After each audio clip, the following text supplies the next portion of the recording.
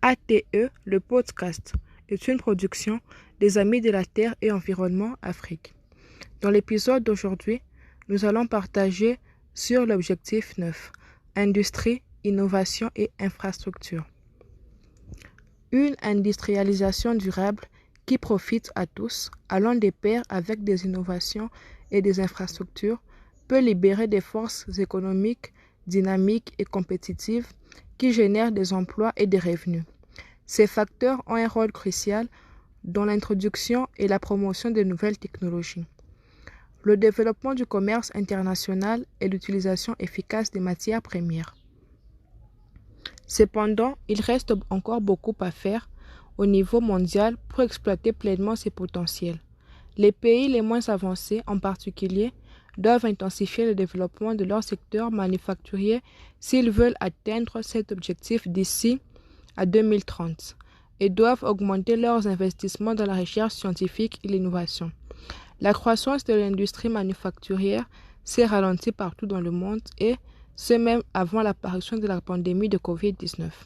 Désormais, la pandémie frappe de plein fouet les industries manufacturières et entraîne des perturbations dans les chaînes de valeur mondiales ainsi que dans l'approvisionnement des produits.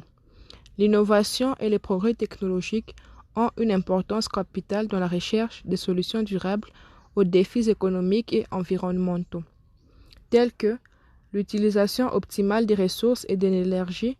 La part du produit intérieur brut PIB mondial investi dans la recherche et développement est passée de 1,5% en 2000 à 1,7% en 2015 et en demeurait pratiquement inchangée en 2017.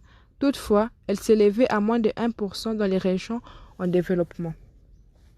S'agissant des infrastructures de communication, un peu plus de la moitié de la population mondiale utilise actuellement Internet, tandis que la couverture par des réseaux cellulaires s'est répandue et couvre maintenant presque la totalité de la population mondiale. On estime qu'en 2019, 96,5% de la population mondiale était couverte par un réseau de deuxième génération 2G. Les technologies de l'information et des communications sont au cœur de la riposte à la Covid-19.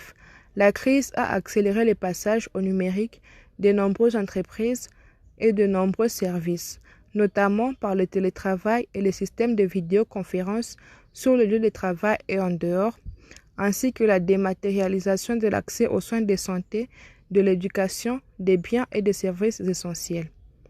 Alors que la pandémie transforme notre façon de travailler, de rester en contact, d'aller à l'école et de faire des courses, il importe plus que jamais de combler la fracture numérique pour les 3,6 milliards de personnes qui ne sont toujours pas connectées et qui ne peuvent pas bénéficier de la formation de l'emploi ou des conseils essentiels en matière de santé et d'hygiène en ligne. Le rapport 2020 sur les financements du développement durable fournit des options politiques pour exploiter le potentiel des technologies numériques. Une fois la phase aiguë de la crise de la COVID-19 passée, les gouvernements devront plus que jamais investir dans les infrastructures afin d'accélérer la relance économique, de créer de l'emploi, de faire reculer la pauvreté et de stimuler les investissements produits. Selon la Banque mondiale, les pays en développement pourraient atteindre leur objectif de développement durable en matière d'infrastructures en y consacrant 4,5% de leur PIB tout en limitant le réchauffement climatique à 2 degrés Celsius.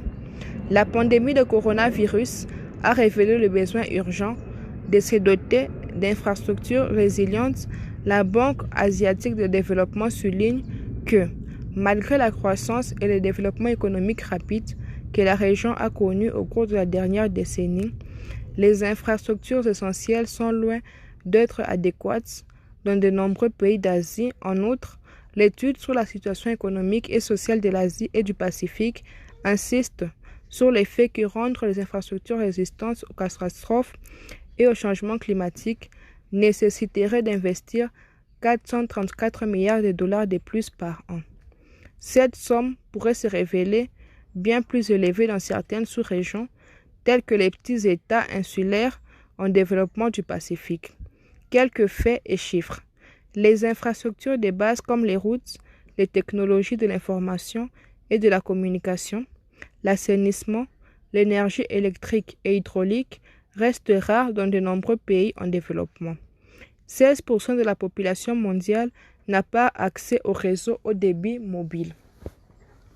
Pour de nombreux pays africains en particulier, pour les pays à faible revenu, les contraintes existantes en matière d'infrastructure affectent la productivité des entreprises d'environ 40%. Les pays les moins avancés ont un immense potentiel en ce qui concerne l'industrialisation, notamment dans les secteurs de l'alimentation et des boissons agro-industrie, du textile et des vêtements. Dans les pays en développement, à peine 30% de la production agricole fait l'objet d'une transformation industrielle. Dans les pays à revenus élevés, ces chiffres s'élèvent à 98%. Cela semblerait indiquer qu'il existe de grandes opportunités pour les pays en développement dans l'agro-industrie. C'est tout pour aujourd'hui. Pour plus de questions ou d'informations, contactez-nous sur nos pages Facebook et Instagram.